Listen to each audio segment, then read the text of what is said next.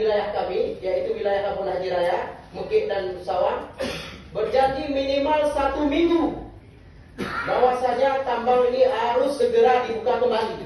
BNT mengayun-ayun. Ini saya bilang terus di hadapan seluruh masyarakat, jangan nanti masyarakat menyalahkan saya. Ini saya terbuka, welcome terus kepada pimpinan dan seluruh anggota lembaga yang terhormat ini. Kita 30 orang, tolong jangan digantung-gantung kasus ini. Karena kalau sebulan pun ditutup tambang rakyat yang ada di wilayah Pantai Luas, Mutiara, Bukit Bunga, Baru, Kutapring dan juga Gunung Rotan, ini akan terjadi macet total nih, khususnya macet perut.